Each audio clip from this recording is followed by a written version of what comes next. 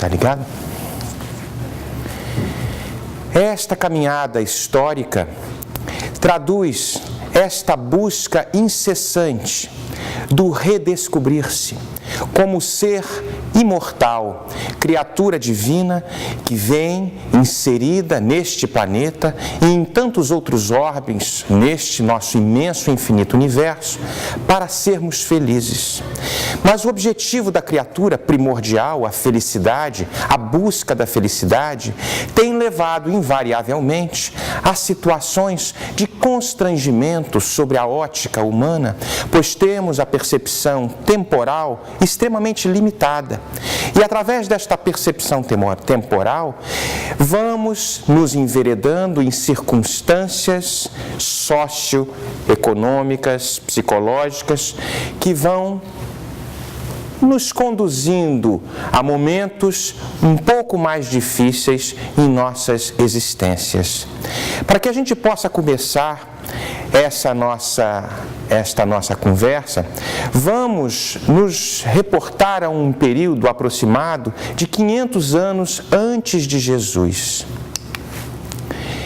Havia um senhor filósofo, cientista da época, que se chamava Leucipo, juntamente com Demócrito, tentavam estabelecer de uma determinada forma do que se baseava, no que se constituía a matéria.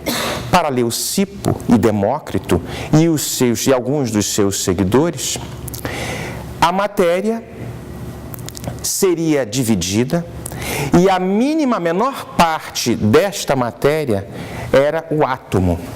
O átomo seria a partícula menor da matéria. Não poderia mais ser dividida para o conceito de Leucipo e de Demócrito. E é interessante como 500 anos antes de Jesus, nós temos esse tipo de pensamento já aflorando. Talvez percepções do mundo maior, onde eles captavam esta ideia. Mas para Leucipo e para Demócrito, existia uma coisa interessante. A vida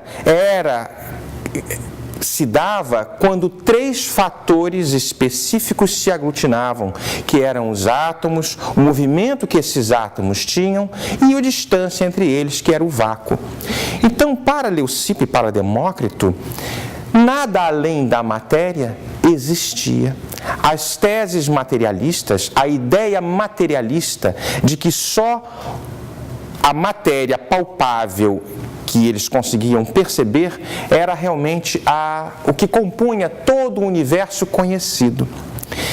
Juntamente com estas teorias, com estas teses, muitas pessoas do ambiente, do contexto grego, porque nossa cultura, a nossa civilização tem uma bagagem muito grande da Grécia Antiga, da Roma Antiga, quer dizer, nós somos herança destes pensadores que vieram trazendo estas ideias e nós, de certa forma, adaptávamos aos nossos contextos de vida. Então, para Leucipo e para Demócrito, a matéria era a razão, era realmente o que existia, tudo que era palpável. O espiritual não existia porque não era concebido, não era conseguido, não conseguia se tocar o que era espiritual. Então, isso é uma cópia de uma palestra no comecinho de Divaldo Pereira Franco, quando ele faz um paralelismo com este momento histórico. Eu achei muito interessante para que a gente pudesse comentar e conversar. E ele falava, Divaldo, nesta palestra, falando que os 3 prazeres básicos, logicamente diante desse tipo de concepção materialista, os 3 prazeres básicos eram os mais perseguidos pelaquela sociedade grega daquela época: o sexo, a comida e o descanso. A sociedade buscava invariavelmente os prazeres materiais, as sensações, e de certa forma se afastava de um contexto espiritual. Então o sexo, nós percebíamos que quando era feito de uma forma exagerada e quando não era precedido do amor, nos dava tédio. Da mesma forma, a alimentação, quando era exagerada, quando comíamos demais, nos dava indigestão. Da mesma forma, o sono e o descanso. Quanto mais descansamos, quanto mais dormíamos, mais cansados ficávamos. Então, esta busca das coisas materiais, das sensações, fez com que o homem se enveredasse em situações cada vez mais complicadas, comprometendo a sua existência em movimentos de exteriorização e não de interiorização. Assim, nós vamos, contrariamente a este mesmo movimento, identificar a figura de um filósofo chamado Diógenes, um pouquinho depois.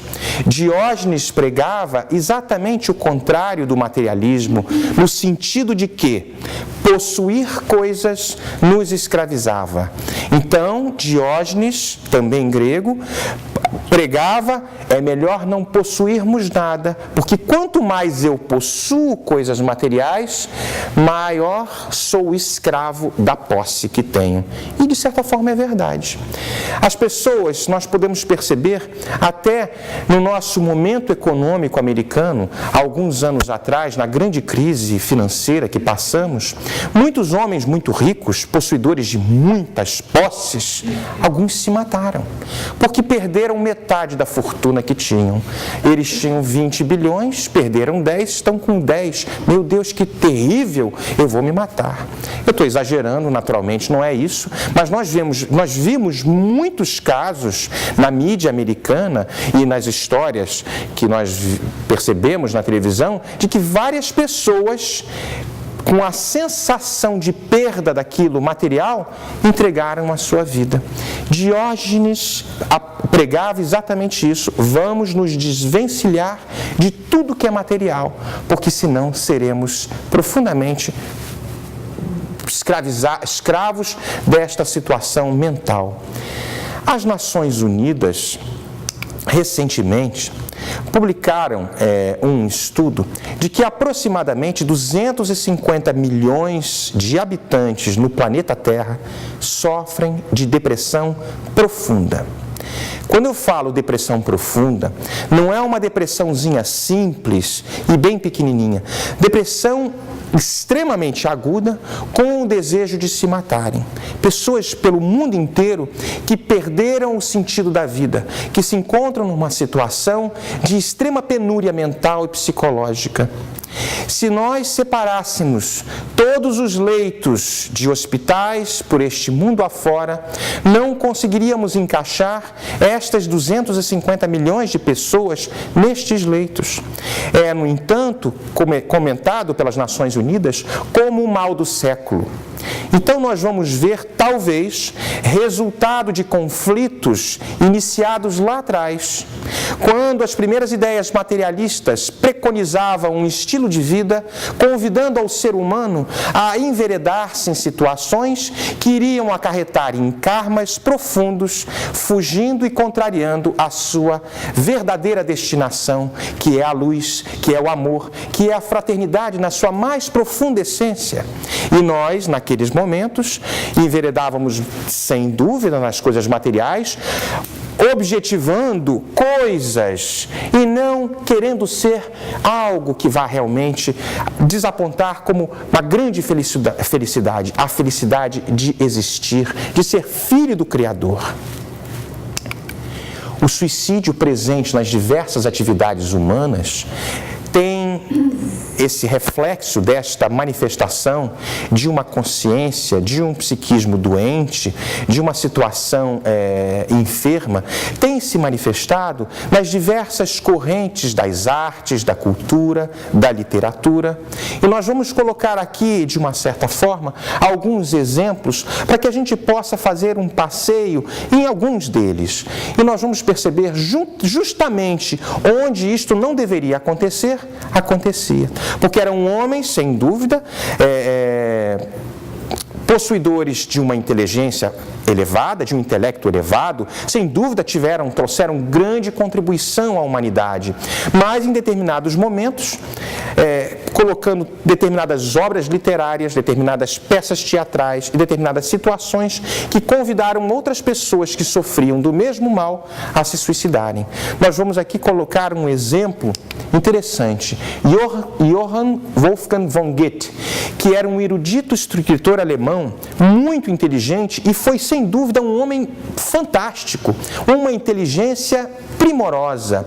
Mas existe um livro específico que se chama Sofrimentos do Jovem Werther, no qual faz uma análise praticamente autobiográfica, modificando algumas partes. Ele escreveu todo este livro na primeira pessoa do singular, eu. Ele muda o nome, mas quem o conhecia sabia que ele estava fazendo praticamente uma autobiografia, no qual ele retrata a sua frustrada experiência amorosa por Charlotte, se eu não me engano, me perdoe os literários aqui, e desta obra desencadeou na Europa, e especificamente na Alemanha, uma onda de suicídios muito grande, porque as pessoas se identificavam com aquela desilusão e acabavam seguindo os mesmos passos. Naturalmente foi um equívoco, né? Estas obras provocaram tamanho número de suicídios que foi proibida a sua reedição, exatamente pelas consequências lastimáveis. Nós vamos ver aí Arthur Schopenhauer, também um erudito filósofo alemão, que era conhecido como filósofo do pessimismo. Para Schopenhauer, o materialismo era realmente a sua doutrina e nada além da matéria existia. E Schopenhauer pregava de que todas as razões do sofrimento humano estavam resumidas no ato de existir. Olha que coisa interessante. Então, para se dar cabo ao sofrimento, Schopenhauer propunha: vamos acabar com a nossa vida para que os sofrimentos, para que o contexto terrível que vivemos seja realmente extinguido. Ele morreu de velhice, porque o remédio é bom para os outros. Interessante isso, né? Nós temos Leon Tolstói, um escritor russo que vocês conhecem algumas obras espíritas. Tolstói, escrevendo sobre a desilusão amorosa daquele famoso romance Ana Karenina, que já saiu até livro, até filme, né? Ana Karenina é uma heroína e, frustrada por causa dessa desilusão amorosa, suicida-se. Da mesma forma, tantos outros seguiram aquele caminho e se suicidando-se, identificando-se com a situação momentânea que viviam com esta personagem de Leon Tolstói. Quando ele passa para o plano espiritual, arrependido desta situação, é convidado pelo Espírito Charles e, através da mediunidade sublime de Ivone Pereira, é convidado a escrever o livro Sublimação. Então nós vamos percebendo que esses espíritos são realmente especiais, dotados de intelecto desenvolvido e de sensibilidade, mas, como todos nós aqui, podemos invariavelmente escorregar um pouquinho mais ou um pouquinho menos, e foi o caso dele, reabilitando-se de certa forma no plano espiritual, convidado pelo Espírito Charles para que pudesse se redimir de certa forma. Nós vamos ver aí outras manifestações no patriotismo, essa prática do suicídio. Quem não conhece os kamikazes, os filmes de Pearl Harbor, onde aqueles kamikazes com seus aviões tinham como grande honra matar-se. Eles se matavam porque achavam que, se matando em prol de uma causa nobre, entre aspas, a guerra nunca foi uma causa nobre, mas eles achando, iriam se encontrar numa situação de orgulho, num plano que fosse diferente. E nós vamos ver aí tantas situações, assim como, de repente, setembro 11, quando foi o problema das Torres Gêmeas, onde alguns muçulmanos muito radicais, porque existem muçulmanos muito bons, pessoas dignas, mas aquelas pessoas radicais em todas as circunstâncias religiosas, como vamos ver aí em diversos símbolos religiosos que colocamos aí, existem manifestações e interpretações destas doutrinas religiosas de uma forma fanática que convidam um homem muitas vezes a encontrar em sintonia com os seus problemas aquilo se potencializa, tentamos nos encaixar num contexto sócio-religioso e acabamos cometendo grandes atrocidades. Então nós temos aí o problema das torres gêmeas, que pensaram que iam se matar e iam encontrar com não sei quantas mulheres no mundo espiritual. Meu Deus, uma moça já é difícil a gente casa, né? Imagina 70. Isso é uma brincadeira, pelo amor de Deus. Mas a gente vai vendo nas traduções culturais, eu botei vários símbolos aqui, porque nenhum desses aqui estão realmente livres. É preciso que a gente tenha uma interpretação muito profunda do que é o ser como ser integral, como ser imortal, que vai passar desta existência, desta escola, deste período letivo que nós estamos, e vai seguir em frente. Nós temos o direito de dispor da nossa vida? Esta é a pergunta 944 do Livro dos Espíritos, porque Kardec faz essa pergunta aos imortais. E eles respondem categoricamente: não, apenas Deus tem este direito. O suicídio voluntário é uma transgressão desta lei.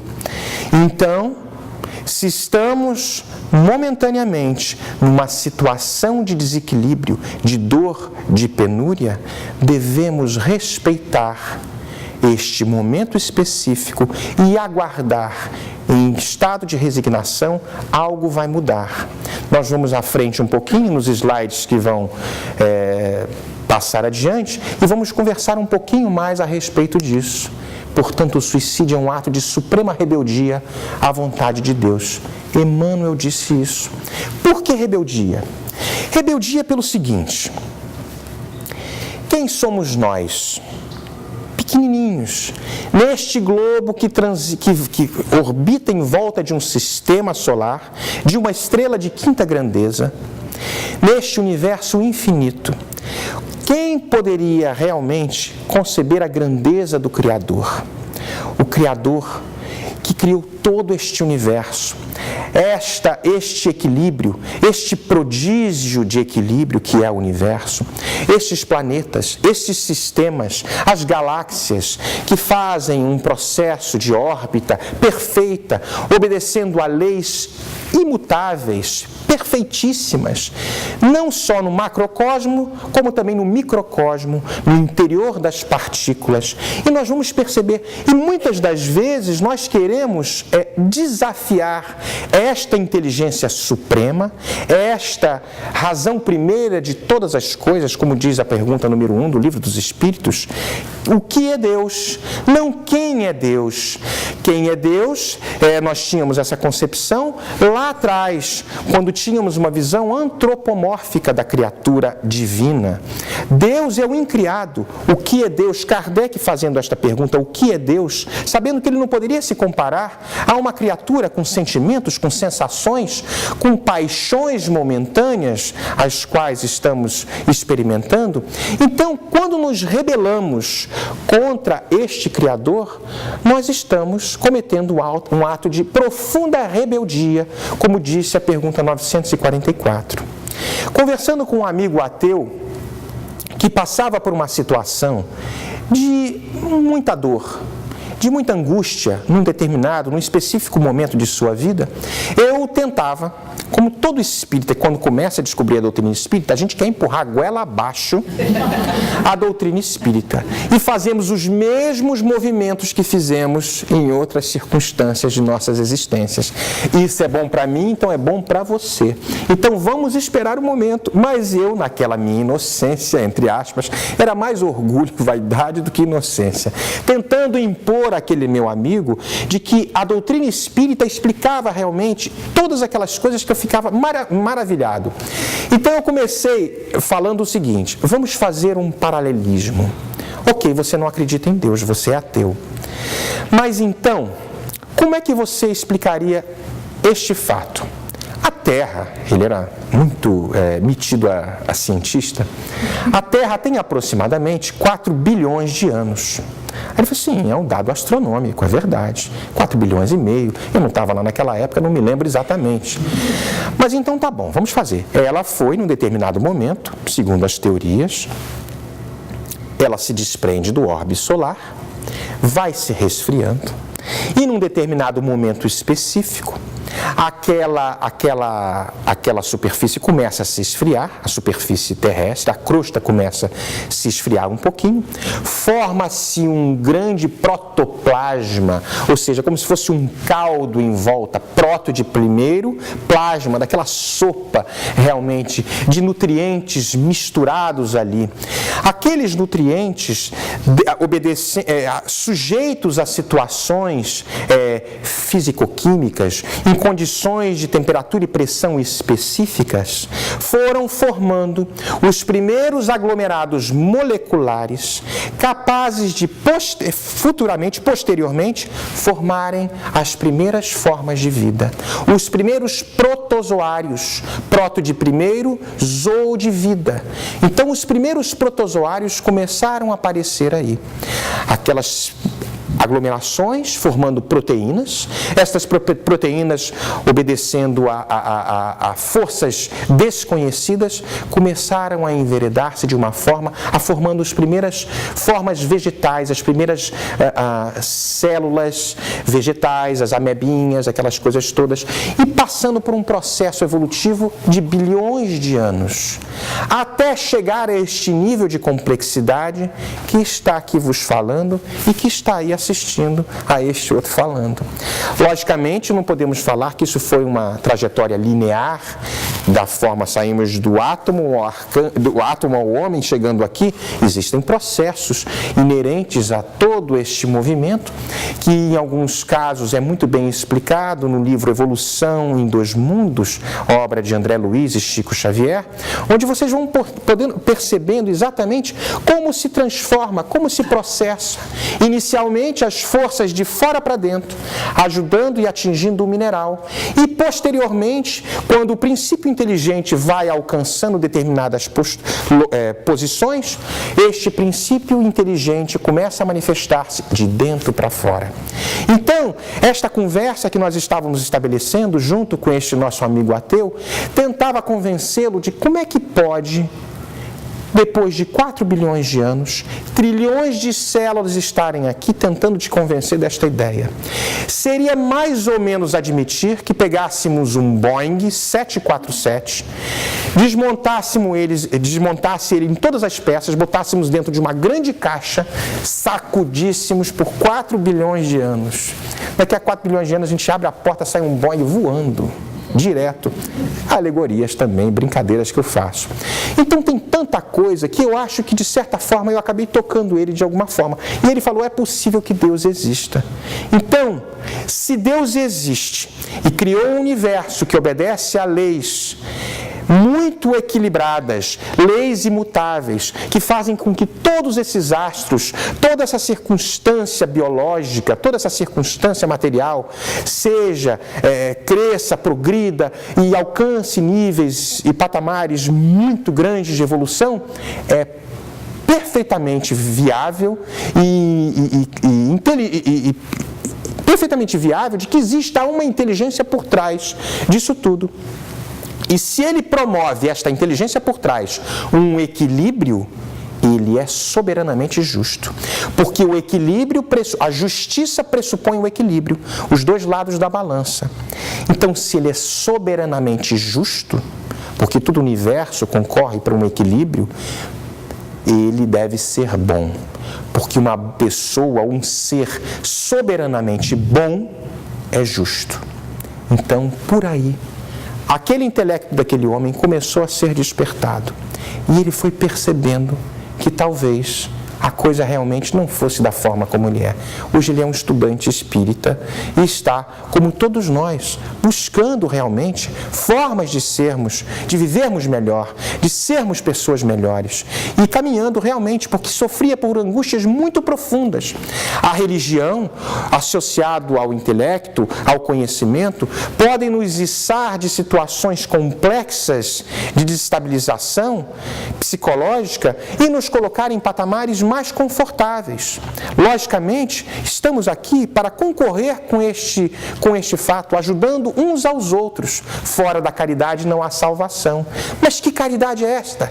Caridade de estender a mão, de içar um amigo que está em situação um pouco pior, para que da mesma forma como quando um dia fomos içados por alguém, fazemos essa cadeia. E aí vamos resgatando passo a passo, na medida do possível, diante das nossas possibilidades, aqueles nossos irmãos que se encontram em situação deplorável. Nós separamos aqui causas primárias e causas secundárias do suicídio. Eu fiz um apanhado aqui de causas primárias e secundárias que nós vamos dar uma passadinha aqui, e muitos de nós acabamos até nos inserindo em determinadas situações. Causas primárias: decepções e frustrações, dificuldades financeiras. Quem é aqui que de repente, por uma dificuldade financeira, nos sentiu profundamente triste? Como se fosse realmente fosse a causa primordial da nossa infelicidade. E sem nos darmos conta de que isto é um obstáculo do espírito a ser transposto.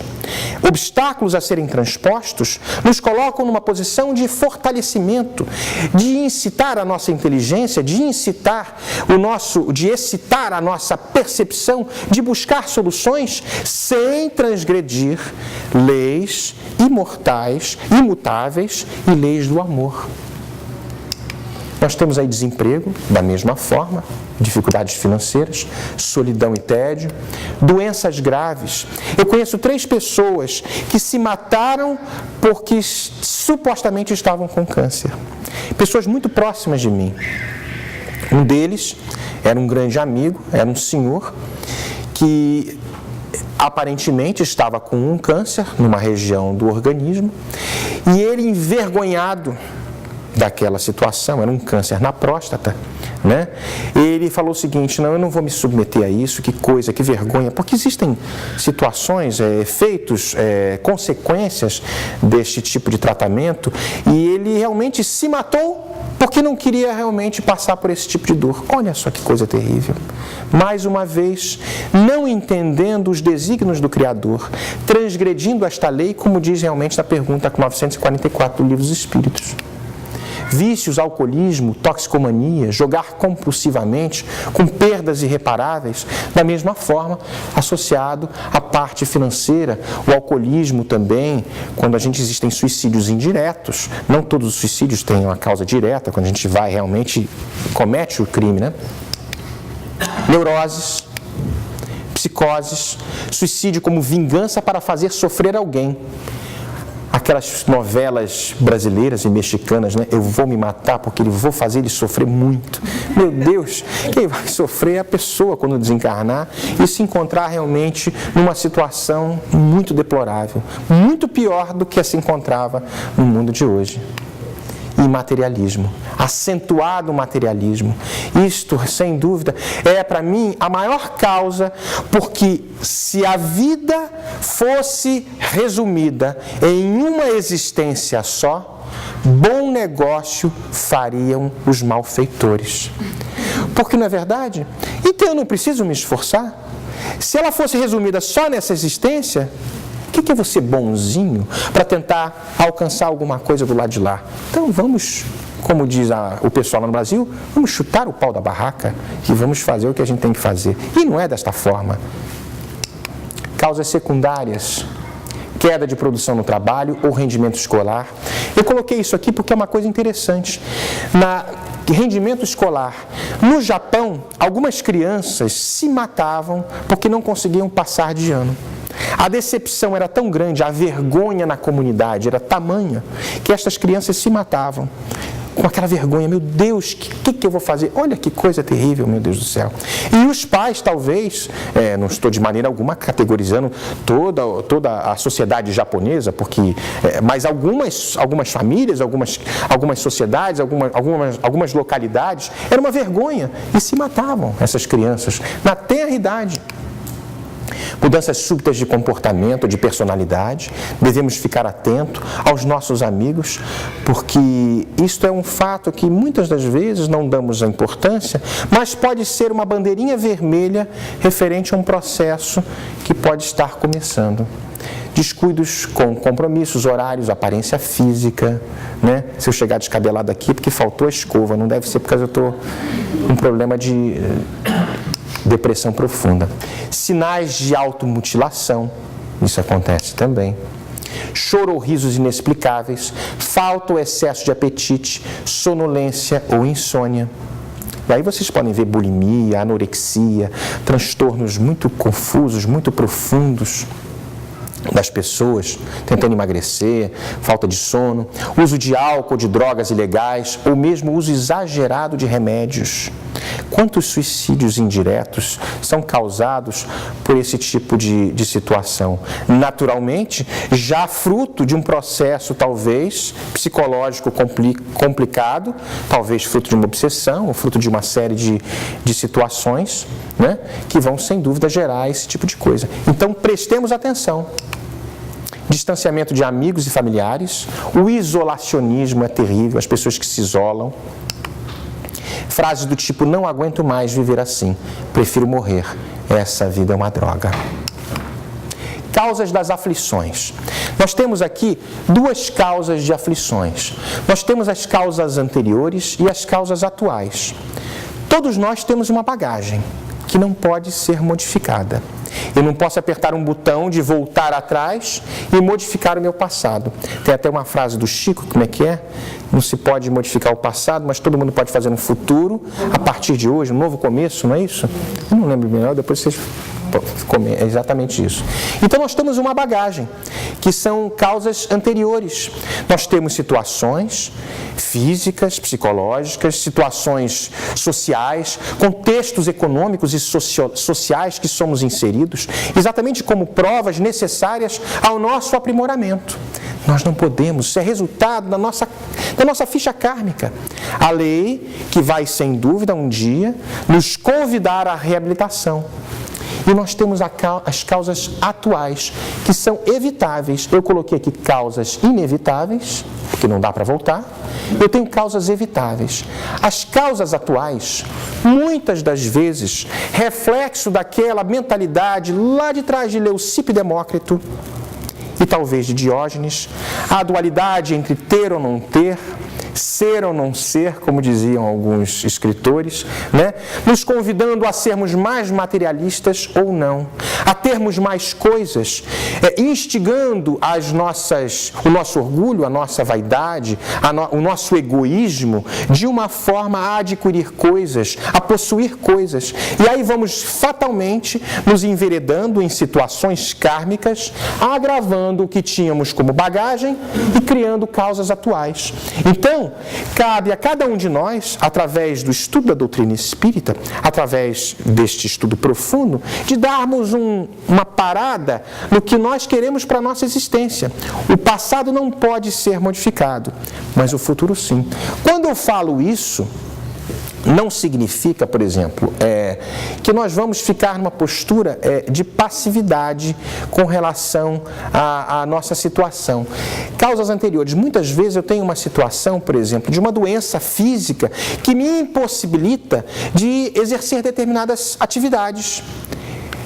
Eu tenho duas posturas que nós vamos ver lá na frente, de resignação ou de rebeldia. Suicidar-se pode significar não resistir à dor intensa, à angústia, ao medo, à solidão. Estes sentimentos são comuns a todas as pessoas em alguns momentos da vida. Todos nós, num determinado momento das nossas existências, sofremos. Mesmo aqueles que aparentemente são super felizes, entre aspas, têm momentos de angústia, de aflição, de decepção, situações constrangedoras. Estamos num mundo de provas e expiações e é um mundo realmente que merecemos. Que merecemos porque é a escola que precisamos ainda para nos reabilitarmos de situações que fizemos no passado. Então, no suicídio, a pessoa vê a morte como um único descanso, ou melhor, a única saída. E a gente sabe que não é a única saída. Nunca foi saída. Mas exatamente por esta concepção, deixando de sermos materialistas e buscando uma postura mais espiritualizada, é que vamos nos encontrar numa posição de maior conforto, esperando realmente, de uma forma mais tranquila, de que existe um plano muito bem traçado para cada um de nós. E se neste momento eu me encontro numa situação de desequilíbrio, eu vou me esforçar, vou orar, vou me esforçar para que, no momento certo, esta coisa vai se passar. Se eu estou num momento de desequilíbrio, isto é momentâneo. Porque se eu tenho fé e confiança no meu Pai, que é supremamente justo e bom, Ele tem um plano para mim. E se Ele tem um plano para mim, para todas as criaturas do universo, eu momentaneamente experimento uma situação de desequilíbrio. Mas isto é momentâneo, porque tudo no universo, como falávamos antes, obedece a uma situação de equilíbrio. Esperemos com muita confiança, sem uma postura de passividade. Vamos nos esforçar para sair de uma situação difícil, mas muito cuidado como fazemos e que métodos vamos utilizar. Exatamente, resignação e rebeldia. Nós temos duas posturas: dívidas com aceitação da dor, dívidas com aceitação da dor, dívidas reduzidas. Dívidas sem aceitação da dor, dívidas aumentadas. Vamos aumentar a nossa bagagem. Ninguém quer isso. Meu fardo já está pesado, entendeu? Vou fazer isso, vou aumentar cada vez mais. Se acusarmos Deus de ser injusto, nova dívida contraímos, que nos faz perder o fruto que devíamos colher do sofrimento. O sofrimento não estamos fazendo apologia ao sofrimento de maneira alguma. Agora, como falamos no começo, estamos sofrendo, estamos num momento de desequilíbrio, de sofrimento, de dor. Tem uma razão para isso. Vamos prestar atenção no porquê. Antídoto contra o suicídio. Eu coloquei 3 antídotos aqui que são extremamente eficazes. Amizade. Amizade é fora de série.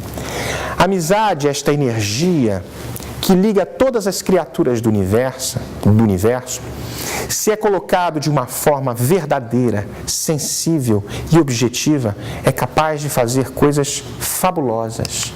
Calor humano, esta energia também sincera, não aquele calor humano, não aquela coisa protocolar, que ele fala, meu irmão, meu querido, tudo. Sinceros, muito sentido, muito carinho, muita fraternidade.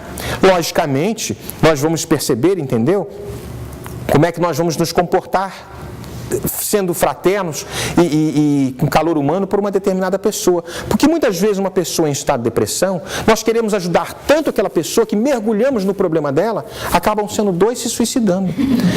Porque é verdade, a gente passa a viver o problema da outra pessoa. Então, é uma coisa interessante. Vamos ajudar de uma forma objetiva, mas sem fazer parte do problema. É como um médico, de repente, faz esse tipo. Ele está observando, ele está olhando, mas ele analisa de fora. Lógico que existe amizade, lógico que existe compaixão, existe piedade daquela alma em sofrimento, mas de uma forma muito inteligente para que o socorro possa se dar de uma forma objetiva. E espiritualização, que é a mais eficaz, o remédio mais eficaz, compreende basicamente a exposição da visão espírita da existência de todos nós. Tipos de suicídio. Nós temos 2 tipos de suicídio. O direto, onde há intenção, há premeditação realmente, eu quero acabar com a minha vida. E temos também o indireto, onde não há intenção, pelo menos premeditada, né? Ela é provocada por abusos e intemperanças mentais e físicas. E nós temos aqui no indireto, o direto é fácil. O indireto, muitos de nós acabam morrendo, desencarnando, por ato de um suicídio indireto. André Luiz é um dos casos, em nosso lar. Ele passa para o mundo espiritual, numa situação mental, uma região do mundo espiritual muito terrível, muito complicada, o Vale dos Suicídios, e não se deu conta, e as pessoas falavam, os espíritos ali, suicida atroz, suicida infame, e ele, eu não me suicidei. Ele se suicidou, ele abusou muito do corpo dele. Ele fez... Então a gente vai percebendo como é sutil. Este templo que nós recebemos do Criador realmente deve ser respeitado, é um santuário. Porque tudo que nós recebemos nos é emprestado. Quando nós partimos daqui, nem o corpo a gente leva. Caixão não tem gaveta, não é verdade? Não dá para levar nem o corpo para lá. Então, tudo que me foi emprestado deve ser muito bem cuidado. Da mesma forma o corpo. Nós temos aí vários outros relatos, por exemplo, o Vale dos Suicidas, essa região tão complicada. Nós temos aí outros exemplos também, Memórias de um Suicida, o Espírito Castelo Branco, no primeiro capítulo, falando sobre... ele fazendo um paralelismo, uma comparação do que era o Vale dos Suicidas e o Vale dos Imundos. Quando, na Galileia, quando os leprosos eram encaminhados ao Vale dos Imundos, porque aquilo ali era uma coisa terrível, eles se aglomeravam ali, aqueles leprosos, já em estado de decomposição, e o Espírito Castelo Branco faz exatamente esse paralelismo, que o Vale dos Imundos era como se fosse o 7º céu, comparado à região espiritual que ele está. Está lá no primeiro capítulo, é muito interessante. Onde o Vale dos Imundos, pelo menos aqueles espíritos em decomposição, em situação de extrema penúria, poderiam experimentar, está literalmente assim, a amizade, o calor humano, a consideração entre aquelas almas que estavam na mesma situação, mas que se entreajudavam com as parcas limitações que tinham, ao passo de que naquela região, no Vale dos Suicidas, não existia nem um pouco esse sentimento, era uma coisa terrível, era um troço tenebroso mesmo, muito complicado. Então nós temos aí o direto e o indireto. Nós temos aí a culpa. A culpa é proporcional à intenção. Na pergunta 957 do Livro dos Espíritos, quando Kardec pergunta quais são as consequências do suicídio, e a pergunta é desse tamanho, é grande, na verdade ela é pequenininha e tem um comentário dos Espíritos muito grande, né? As consequências são variadas, diversas. Não poderemos aqui colocar as consequências num formato único. Existem espíritos que experimentam a prova, experimentam as situações que vão passar quase que imediatamente. E outras numa próxima existência, como diz a pergunta. Alguns experimentam a sensação da decomposição do corpo por estarem extremamente vinculados àquele corpo físico ainda, materialmente muito apegados às coisas da terra. Outros não. Mas invariavelmente a sensação de decepção. De meu Deus do céu, não era para ter feito isso. Vale a pena ler a pergunta. Então, as consequências são proporcionais à nossa consciência, à intenção, à intencionalidade. Existe no livro no Céu e Inferno, no segundo capítulo, na segunda parte do Céu e Inferno, no capítulo número 5, Espíritos Suicidas. Existe uma coletânea de informações de espíritos que vieram, que deram suas mensagens na Sociedade Espírita de Paris, passando os seus relatos, os seus testemunhos de como se encontravam no mundo espiritual, o que os fez se suicidarem, e aí a gente pode fazer uma leitura muito interessante mesmo. Nós temos aí, somos chamados todos a valorizar a vida, a compreender o sofrimento, processo educativo e reeducativo, e não punitivo.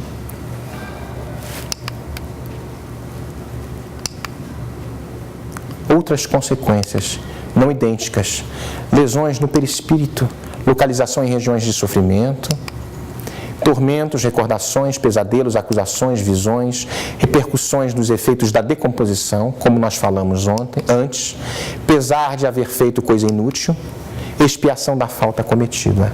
Invariavelmente, expiação da falta cometida. E nós temos também algumas situações que acontecem, por exemplo, algumas pessoas que cometeram um suicídio numa vida anterior. O espírito, quando prepara realmente para expiar a sua falta, vem no momento da fecundação, o óvulo atrai o espermatozoide. Nós sabemos que uma consciência culpada, uma consciência realmente que precisa passar por determinadas situações. A inteligência é um atributo do espírito. A inteligência faz a forma E a forma faz a forma. A inteligência é o espírito imortal. A forma, o perispírito. A forma, o nosso corpo material. No momento da fecundação, processa aquela junção, existe a primeira célula, ovo zigoto, depois vamos ver aí a multiplicação celular, a mitose celular, transforma-se ali em 2 células, em 2 em 4, em 4 em 8, aquele processo de reprodução, de replicação celular, formando futuramente os tecidos, os órgãos, aquelas coisas, os sistemas. E nós vamos ver numa consciência culpada, vai num determinado momento malformando alguma região. Então nós temos as cardiopatias, nós temos as encefalopatias, todas as complicações orgânicas, muitas das vezes, resultado de um suicídio lá atrás. A consciência culpada, através de um desequilíbrio, uma desarmonização energética, bioenergética, vai plasmar naquele corpo físico, através do seu perispírito, uma situação que é motivo da sua prova, espiando exatamente o passado. Vou passar por isso aí que eu já me falaram 10 minutos já para o tempo. Maiores incitantes do suicídio: incredulidade, materialismo, dúvidas sobre a vida espiritual. Ocasionam covardia moral diante das decepções e sofrimentos. Causa de todos os males que assolam o mundo atual está na ausência de uma visão mais espiritualizada da vida. Então nós temos aí uma figurinha aí do suicídio, né? Do Simonetti. Ele bota aí a porta, aí o cara deu um tiro e está pulando para lá, quando vê vai cair num vale complicado. É bonitinha a figura, né? Só no PowerPoint. Então, o suicídio é loucura. Fé na vida futura ou dúvida na vida futura. Nós temos aí o reforço dos testemunhos dos espíritos suicidas, que nós comentamos a respeito no livro do Céu e Inferno, no 2º capítulo, como mencionamos, na segunda parte, no capítulo número 5, e base na opinião dos homens extremamente materialistas ainda. Qual destas versões a gente vai ficar? Eu prefiro essa. Depois a gente faz um X aí. Agora, para que a gente possa fazer uma acelerado, tem uma reflexão bem interessante que eu separei aqui. Ele era um escritor argentino chamado Facundo Cabral. Isso, na verdade, eu recebi um negócio na internet, pegando, achei tão interessante, bonitinho, que eu vou passar para vocês. Facundo Cabral foi considerado na Unesco, em 96, como um dos mensageiros da paz. E ele tem uma reflexão interessante a respeito disso, que eu vou botar com uma musiquinha aqui para vocês. Né? Coragem moral e covardia moral também. Coragem moral e covardia moral. Esse é o Facundo Cabral. E ele fala o seguinte: não estás deprimido, estás distraído. Distraído em relação à vida que te preenche, distraído em relação à vida que te rodeia. Golfinhos, bosques, mares, montanhas, rios. Não caias como caiu teu irmão, que sofre por um único ser humano, quando existem 5 bilhões e 600 milhões no mundo. Naquela época tinha isso aí, agora tem mais, hein? Além de tudo, não é assim tão ruim viver só. Eu fico bem decidindo a cada instante o que desejo fazer, e graças à solidão, conheço-me, o que é fundamental para viver. Não estás deprimido, estás distraído. Por isso acreditas que perdeste algo, o que é impossível, porque tudo te foi dado. Além disso, a vida não te tira coisas, te liberta de coisas. Alivia-te para que possas voar mais alto, para que alcances a plenitude. Do útero ao túmulo, vivemos numa escola. É porque não apareceu aqui. Deus te tornou responsável por um ser humano, que és tu. Deves trazer felicidade e liberdade para ti mesmo. E só então poderás compartilhar a vida verdadeira com todos os outros. Lembra-te, amarás ao próximo como a ti mesmo. Reconcilia-te contigo. Coloca-te frente ao espelho e pensa que esta criatura que vês é uma obra de Deus e decide neste exato momento ser feliz, porque a felicidade é uma aquisição. E se estás com câncer ou AIDS, podem acontecer 2 coisas, e ambas são positivas.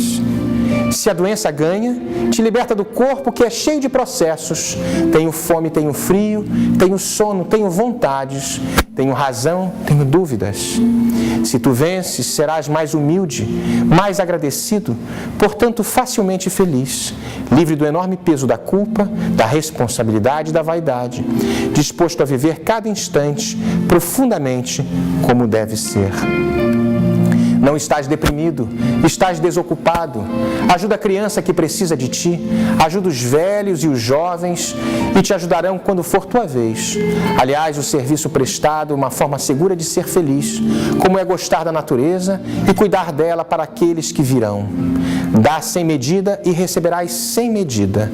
Ama até que te tornes o ser amado, mas ainda converte-te no próprio amor. O bem é a maioria, mas não se percebe porque é silencioso. Uma bomba faz mais barulho que uma carícia. Porém, para cada bomba que destrói milhões de vidas, de carícias que alimentam a vida, vale a pena, não é mesmo? Se Deus possuísse uma geladeira, teria a tua foto guardada nela. Se Ele possuísse uma carteira, tua foto estaria nela. E Ele te envia flores a cada primavera, e Ele te envia o amanhecer a cada manhã. Encara, amigo, Ele está louco por ti. Na década de 80, um grupo de amigos abnegados que fazia praticamente mensalmente, uma caravana junto a regiões muito complicadas, a locais, a instituições muito complicadas no Brasil, foi visitar um presídio no Rio de Janeiro. E este presídio, uma vibração muito complicada, era chegando próximo da época do Natal. E um dos chefes dessa caravana, um destes nossos amigos, foi o convidado para fazer as reflexões, a leitura e as reflexões daquele momento. Eles se revezavam. E ele estava assim, ansioso, não sabia exatamente o que falar para aqueles amigos, aqueles irmãos presidiários, vivendo numa situação de extrema depressão, de profunda tristeza, situações calamitosas. E este grande amigo, que se chama César Reis, num momento de reflexão, resolve falar sobre as bodas de Canaã. Para quem não sabe, a passagem das bodas de Canaã é quando Jesus é convidado para uma boda, para um casamento, onde num determinado momento falta o vinho. E ele transforma a água em vinho para que a festa continuasse. E ele, um pouco ainda inseguro de como ele iria abordar essa passagem, chega, o secretário de Segurança Pública do Estado do Rio de Janeiro, vai ali e eles começam a falar, ele começa a conversar, todos aqueles presidiários ali, sentados, ouvindo. E no final daquelas colocações, ele falando que quando você aceita Jesus, a sua vida muda da água para o vinho. E ele falou de uma forma que só ele sabe falar. Parece muito simples. Acabou realmente aquela pequena reunião, as pessoas saíram e alguns presidiários ficaram para conversar com aqueles caravaneiros. E havia um senhor, que era um presidiário, que ficava sempre, nunca dava muita atenção. Ele ficava um pouco afastado. O nome dele era Jesus. E ele voltou, veio, todo mundo foi encaminhado às suas celas, eles estavam saindo. E esse Ribamar Jesus pega no braço do César. A história é verdadeira. Ele fala assim: cara, é verdade isso que você está falando? Você acredita mesmo nisso? E o César, pego de surpresa, mas se acerenou rapidamente: meu irmão, eu acredito com todas as fibras do meu espírito. Você não sabe o que é a vida aqui, cara. A depressão é imensa. Já tive vontade de me matar. Aqui é viver, matar ou morrer. O César pega ele pelo braço. Segue em frente, meu irmão. Segue a tua prova. Jesus te olha. As lágrimas correram dos dois lados. E ele foi. Era um homem baixo, um pouco atarracado, de mãos grosseiras.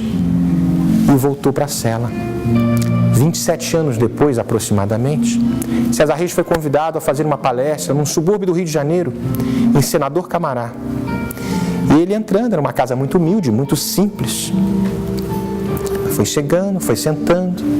Quando senta-se ali, vem chegando, eles tinham um trabalho muito bonito ali, tudo, uma vibração muito grande, muito especial aquela casa. Vem chegando um senhor mais velhinho e se senta do lado dele. O César olha para ele e leva um susto. Eu te conheço. Sou eu, cara. O presidente deste centro. E foi por causa daquelas tuas palavras que eu escutei um dia que me fizeram transformar a minha vida. Esta história que mudou a minha vida, estou tentando fazer para outros que aqui chegam. A dor era muito grande, mas a sua convicção foi extremamente profunda. E por esta misericórdia, aqui estou. Se abraçaram muito, choraram muito e perceberam que é através da fraternidade, através da sinceridade, de palavras bem colocadas no momento oportuno, sem imposição, mas de uma forma expositiva, tranquila, como um passeio, como Jesus fez com cada um de nós.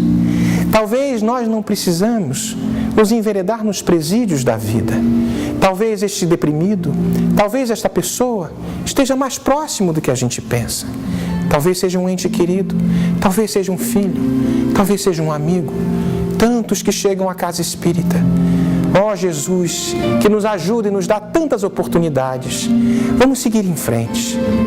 E para que a gente se encerre numa última viagem que fizemos para o Brasil, em Pernambuco, visitando uns amigos, Nando Cordel, estávamos saindo de uma casa assistencial que ele fundou junto com a sua esposa e que colaboramos de forma muito modesta, porque é um grupo de pessoas, muitas pessoas.